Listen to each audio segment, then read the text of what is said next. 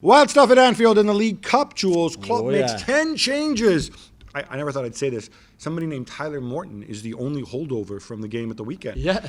And comes back from 3-1 down against Leicester to win on penalties after a buzzer beating equalizer from Takumi Minamino.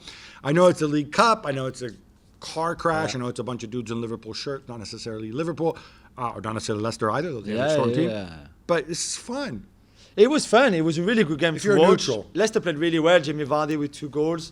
Madison's goal, my goodness. And Maddison, to be fair, really going back to his the level that you would expect him to play. Great pass as well for one of the goals. Pass, really good. And then Minamino right at the end, who scores the goal to send the game to penalties. No extra time, of course. Straight to penalties. Then he misses his penalty, so he from hero to zero almost.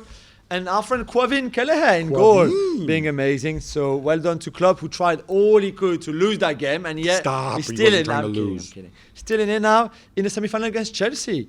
Meanwhile, Spurs also advanced to the semi-final, beating West Ham 2-1. And how did Eric Dier do now that Antonio Conte is trying to make us believe that he's the best in the world? Not so good. He was responsible. Bowen turned him around completely. Yeah. Turn him over? He did turn him inside out. And then before that, he also gave the ball away, which led to the Bowen chance, or the Bowen goal, I should say.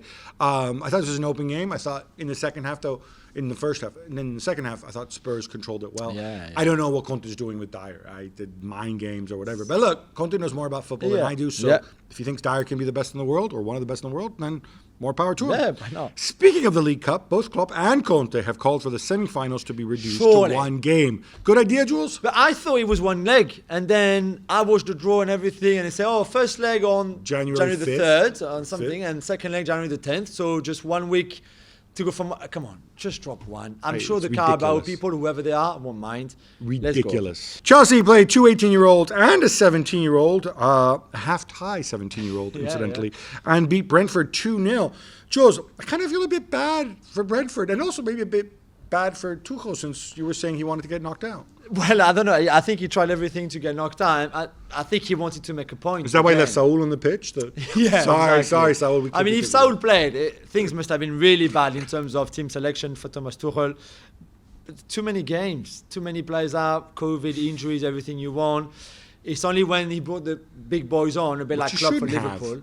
Let Brentford have it. Yeah. It's a big deal for Brentford. I know. I mean, they didn't do enough either to win it when it was not the big boys on. So, Arsenal beat up Sunderland 5-1, and they're also in the League Cup semi-final where they'll play Liverpool.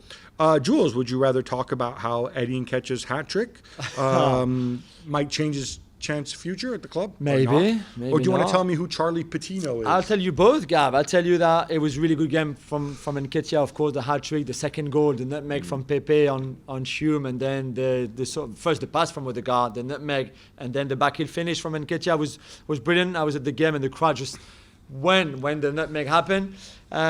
He's out of contract in the summer. I don't think they will sell him before. I think they will keep him until the end of the season, and then he's going to go on a free.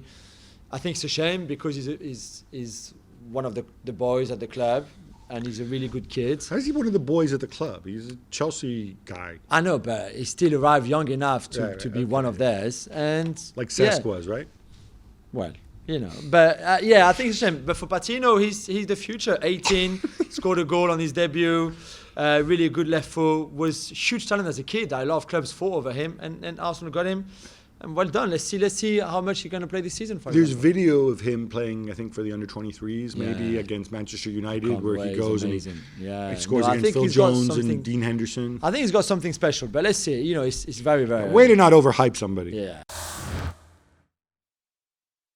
Thanks so much for watching ESPN on YouTube. And for more sports highlights and analysis, be sure to download the ESPN app. And for premium content and live streaming, subscribe to ESPN Plus.